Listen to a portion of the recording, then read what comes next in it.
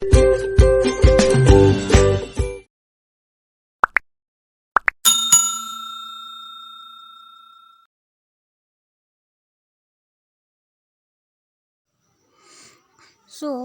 welcome to my channel Shilpa Chokhat. So today we are going to start with ancient kingdoms of the south.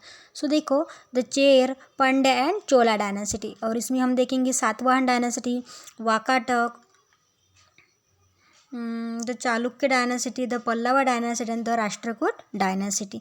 सो आप ये map देख सकते हैं. इसमें आपको सभी जो राजघराने हैं वहाँ पे टेम्पल्स, केव्स, ये सब आप इसमें देखेंगे.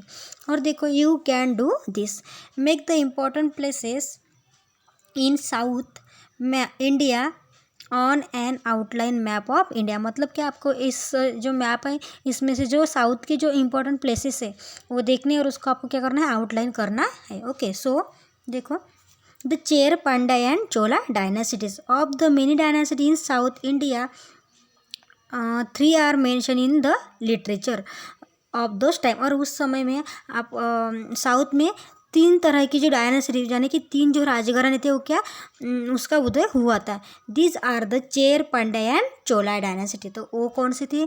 Chair, Pandya and Chola dynasty. Okay, तो ये सब थे. These dynasties were in power around the 4th century BCE or even before that. मतलब ये जो डायनासिटीज थी, ये जो राजघराने थे, तो इसकी पावर कहाँ तक थी? Around 4th century. ओके, मतलब 4थे शतक के आसपास, और उसके पहले तक इनकी क्या पावर थी? कौन से राजघराने की?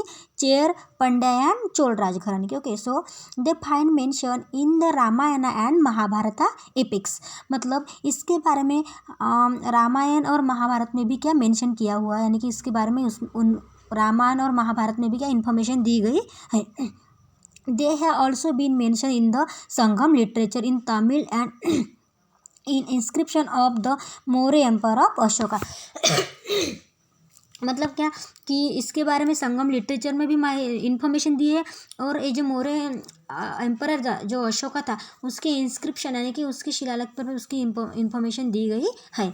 इन the Periplus of the Erythraean sea, Muziris is mentioned as an important port on the coast of Kerala. मतलब उस समय ये जो केरला था उसके किनारे का सबसे महत्वपूर्ण क्या था? पोर्ट था. यानी what is mean by port? So port means बंदर, यानी कि बंदर किसे कहते हैं? कि जहाँ पे जहाज रुकते हैं उस प्लेस को या उस ठिकान को हम क्या बोलते हैं? बंदर. Okay, this ports was in the Chera kingdom and was a major centre for the export of spices, pearls, precious stone etcetera. और ये जो क्या बोलते हैं हम, ये जो प्लेस था, एक चेर किंगडम का क्या एक महत्वपूर्ण सेंटर था, और वहाँ से ये लोग क्या एक्सपोर्ट, यानी कि किस किस बात की निर्यात करते थे? स्पाइसेस, यानी कि मसाले, पर्ल्स, यानी कि क्या बोलते हैं हम उसको, मोती, प्रेशियस स्टोन्स, ये सब इन सब का वो क्या करते? एक्सपोर्ट किया करते थे. To Rome in Italy and to other countries of the west. और मतलब यहाँ से लेकर केरला की कोस्ट से लेकर रोम, इटली, यहाँ तक ये लोग क्या इसका एक्सपोर्ट करते थे. The Pandya kingdom was a parts of today's Tamil Nadu. और ये जो पंड्या किंगडम था वहाँ का उस समय का, तो उसका जो पार्ट है तो आज वो कहाँ पे है? तमिलनाडु में. Okay, there was a great demand for their high quality pearls. और ये जो उनकी क्या हाई क्या बोलते हैं, उनकी जो हाई क्वालिटी के जो पर्ल्स थे उसको क्या बहुत सारी डिमांड उस समय में होती थी. The capital of this kingdom was Madurai. और ये जो क्या था उसका नाम?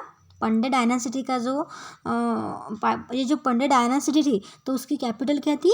Madurai. The ancient kingdom of the Cholas occupied the region of Tiruchirappalli in Tamil Nadu. और इसका ये जो प्राचीन जो राज्य क्या बोलते हैं राज्य है, तो वो आज कहाँ पे मिलता है हमें?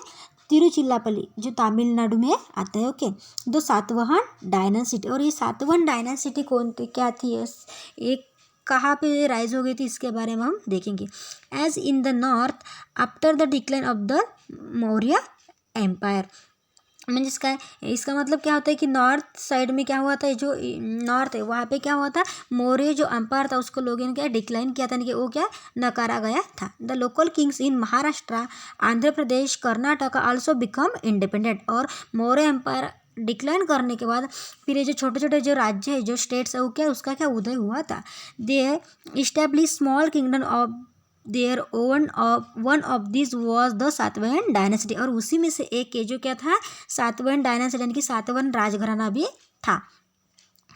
प्रतिष्ठान और the present day Paithan in Maharashtra was their capital, उस समय सातवाहन ये जो राजघराना था उसकी कैपिटल क्या थी, प्रतिष्ठान, और उसे हम क्या बोलते हैं, पैठन के नाम से आज वो जाना जाता है।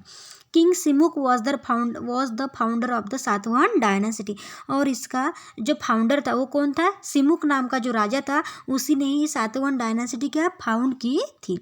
The inscription in the Naneghat caves near Junnar in Pune district bear the names of the important persons of this dynasty, और ये जो पुणे डिस्ट्रिक्ट के पास जुन्नर में ये जो इंस्क्रिप्शन है उसमें क्या, इस डायनासिटी के जो भी इंपॉर्टेंट पर्सन थे उन सब के नाम इसमें क्या क्या बोलते हैं उसको इंक्लूड किए गए हैं। Okay, some of the Satavahana kings were known to write their mother's name before their own, और कुछ ऐसे राजा थे सातवाहन राजघराने की वो कि अपने खुद के नाम के पहले से क्या अपनी माँ का नाम वो लगाया करते थे।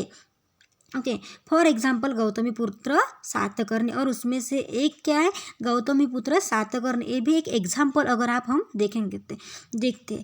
ओके, सो फ्रेंड्स इस गौतमी पुत्र सातकर्णी। सो ओके, अगर आपको समझ में आया होगा तो इसके आगे का वीडियो भी मैं अपलोड करूँगी और ज़रूर देखना, और मेरे चैनल को please like share and subscribe जरूर करना। ठीक है, तो मिलते हैं हम अगले वीडियो में। बाय।